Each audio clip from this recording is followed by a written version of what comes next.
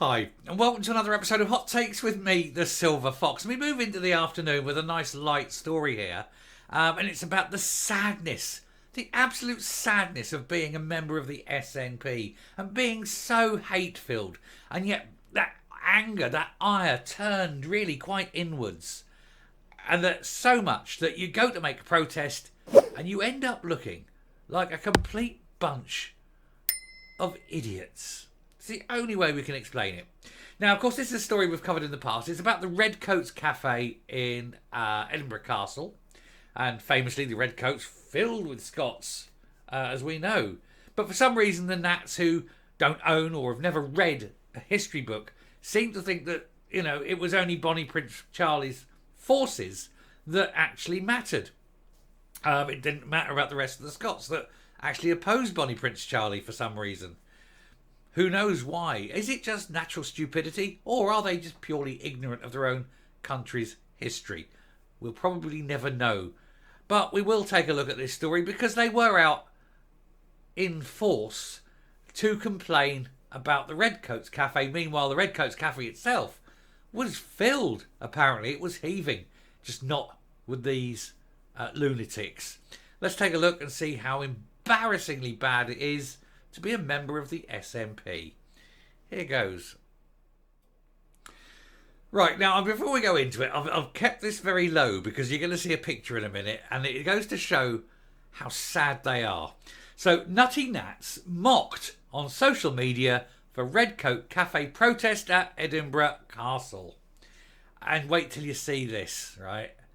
Members of the Scottish Resistance, who infamously targeted the Tunnocks factory, turned up at Scotland's most popular paid-for tourist attraction on Saturday afternoon to launch an attack on the name of a cafe because they've got nothing better to do with their sad, empty lives.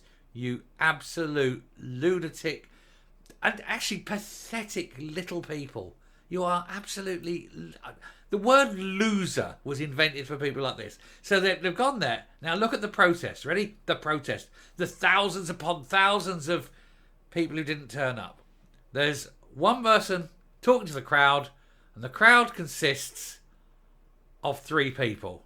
One looks like a child and has been dragged along for no reason whatsoever.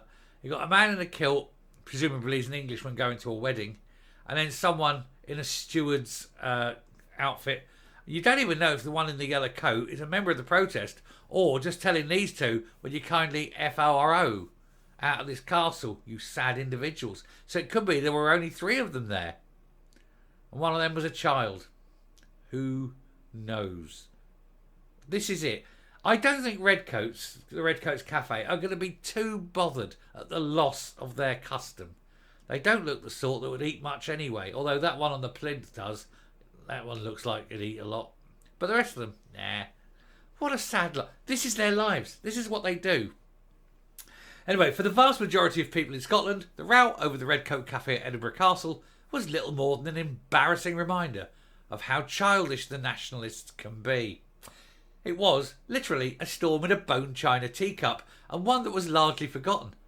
After all, despite the fact that the cafe has had the same name since the 1990s, the jelly-spined apparatchiks at Historic Environment Scotland announced it was under review, along with the Jacobite function suite, because of these people. What you should do is tell them, aye, thanks very much, FRO, away you go. Not so. It would appear for the ultra-nats of the Scottish resistance movement, because on Saturday, more than a month after, a handful of SNP MPs first complained about the name of the refurbished eatery, a small group of scruffs began a boycott on the castle esplanade. Look, three of them.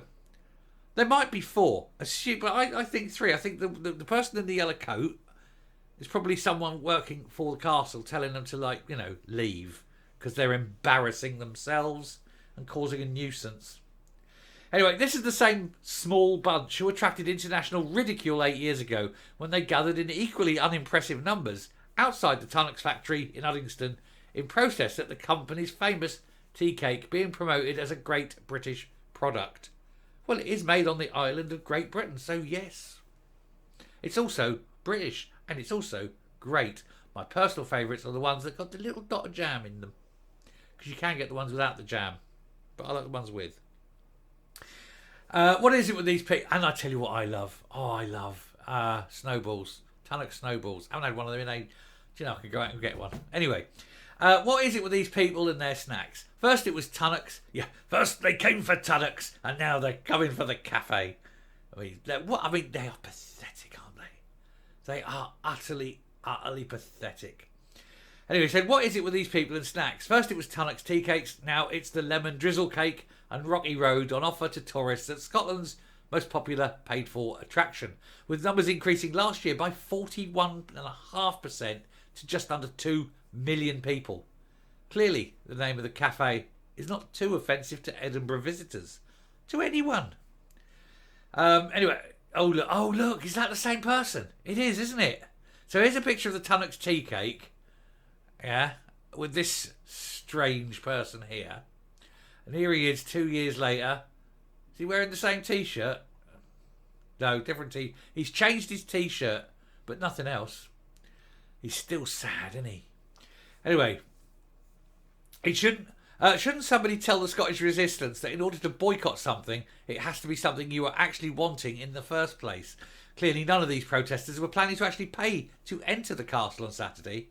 Well, of course they didn't. They were on the esplanade. They didn't want to spend the money to get in and make their protest because, they're poor. They're all probably unemployed and unemployable. He said it would like me turning up at Old Trafford without a match day ticket and then declaring I was going to boycott Manchester United in protest of the price of a half-time Bovril. Anyway, he said there's an explanation of sorts from veteran nutjob Sean Clarkin, whose previous... that's who it is it? That's Sean Clarkin in the middle. Yeah. He's a sad idiot, isn't he? Whose previous stunts have seen him waving keep out signs by the A1 at Berwick upon Tweed during the COVID pandemic, and on multiple occasions bursting Union flags in protest at this, that or the other. Well, as long as he's paying for them, I'm sure somebody in China will keep selling them.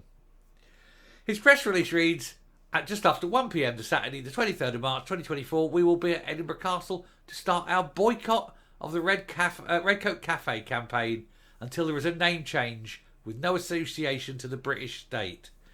What a sad little loser. They are. I'm not even going to go any more with it. Let's just look at them. Look at their sad little faces. Look. Bless. The boycott.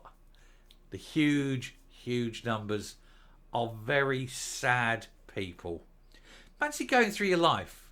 Support. It's like, honestly, it's like supporting the world's worst football team, isn't it? You go out and you get beaten 5-0 every Saturday and you still support them because you're miserable and you don't want to win. Your whole life is just misery and sadness. There's no joy in these people. It's great, isn't it? I'm coming up. Little competition. You know how it's a bunch of flowers, it's a herd of cows and so forth, flock of sheep. What's the collective noun for sad gnats? Interesting, come up with one, A ball bag of sad gnats, something like that. Let me know in the comments. I'll stop there. Thank you very much for watching. Do please hit the subscribe button, ring the bell, leave a like, leave a comment. Please share the video, and I will speak to you later. But they really are sad, sad losers, aren't they? Bye.